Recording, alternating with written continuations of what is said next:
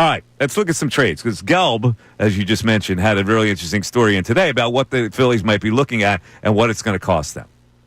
Now, for these names that were being bandied about, like for Santana and Bednar from the Pirates, for Helsley from the Cardinals, for Clase from the Guardians.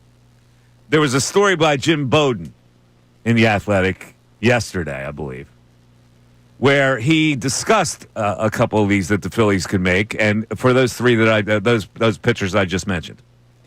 Bowden says Clase and outfielder Stephen Kwan would be in play for the Phillies, but it would have to start with a package that includes Mick Abel. Now, I don't know if Jim Bowden's been looking at Mick Abel lately, but I don't believe that Mick Abel heads a package that gets Clase and Stephen Kwan. Abel might be part of the package, but a package that gets Stephen Kwan and Clase would have to include Aiden Miller and or Justin Crawford.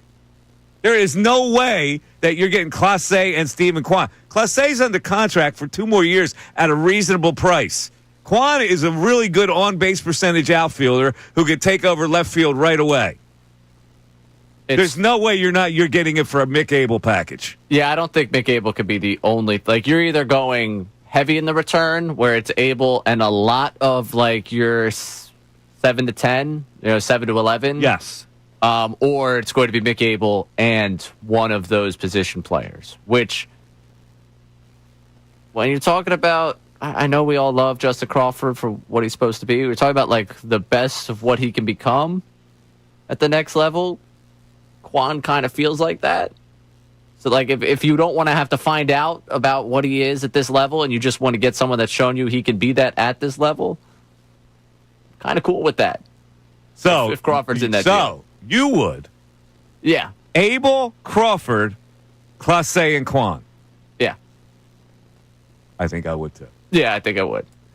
Now, my future center fielder is Crawford. There's no question. I would have to give up on that premise. Right. But if you're going for it, adding a high-velocity arm like Clase, who could be a high-leverage guy, and an everyday outfielder in Stephen Kwan would be absolutely worth it for me. Now, it does beg the question because he goes out there, he plays left field for you, and he's a Gold Glover at this league. Mm-hmm. He still doesn't bring the pop for this lineup that you would want. But we talk about their failures in the postseason offensively because they're all the same. Mm-hmm. This guy's different. He gives them a little more diversity in the lineup. He would. And I appreciate that about what he's bringing up. I just don't know if it addresses really what they need from the right side. Yeah, you would like more pop. You would definitely like more pop. Right. But if I can grab a guy like that with Clase, I'm in. You're also tremendously left-heavy in your lineup. Yeah, you are. Again, I'm giving you the downside to it because right. No, you're not wrong. I just want to you're balance. Not wrong, as Bill would say. I appreciate that. Well, I don't know why we don't have that as a drop. I'm going to get him to record that for us. Now, for Ryan Helsley, Arun Escobar and Griffin Burkholder. Arun Escobar is the 6th-ranked prospect in the Phillies organization. Griffin Burkholder is the 9th-ranked. That's a no-brainer for me. Yeah. If I could get Helsley for that, I'm in. I'm interested to see whether or not Dombrowski's going to go after another rental. Because it does kind of seem like you've talked to Jason Stark a number of times about this, and when Dombrowski was on with Stark, he did kind of give the leaning that he might want someone more controllable. Because he also might be sick of having to trade good prospects for the 1-year rentals that he has to like. Yeah, well, but here's the example. I mean, here's the lesson. The 1-year rental he passed on, he could use right now in Jeff Hoffman. Well, or so you get him under contract. Right. It's always that. You always can get a guy under contract instead of looking at him as a 1-year rental. Right. And I think hindsight's 2020 right now. I don't think a lot of people were banging the drum for Estevez after the season. If they had given that contract that they gave to Romano, or if they had given the contract that the Royals gave to Estevez instead of giving the Romano contract out, I think we are probably talking about a better bullpen right now. Absolutely. Now, for Bednar and Santana from Pittsburgh, it would definitely cost you Crawford.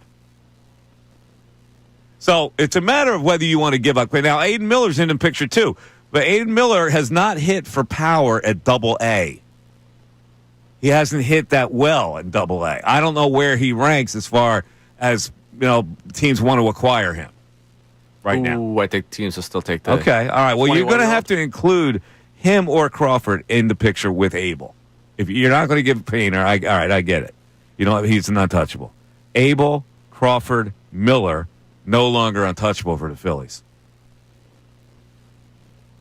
It's going to take a lot, I think, for them to part with Miller. Now, another thing that Gelb says in his story today is that one of the guys that could generate some interest now is a starting outfielder named Brandon Marsh.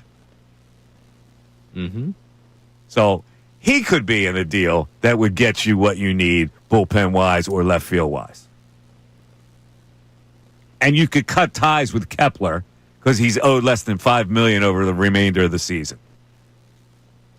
I think 50-50 that Kepler's here on August 1st. You think he's going to go? I do. I think he's going to be the latest in the late season DFA. Okay. I think you might be right about that. I think he goes by the way of Whit Merrifield, the way of Didi once Stott developed. Remember Didi Gregorius? Yeah. Didi was like a thing in August DFA once they realized after the trade deadline they had no use for it. Weren't they talking about on the broadcast the other night that Didi Gregorius never hit a home run to the opposite field in his career? Yeah, it's incredible. He never has? The spray chart for him is unreal. He never had the problem Harper's having right now. He could not hit it the other way. He was a pull-side hitter. He pronated, Ray. That's why. Pronated. He pronated. All right, we got a couple open lines. 610-632-0975. We'll get back to some text. A lot of Harper text. The pronation text. Mike Missanelli Show continues. Thanks for watching. I love these outro videos because I can actually talk with my hands and it looks normal here. So subscribe right here and watch some more videos for us. How about it?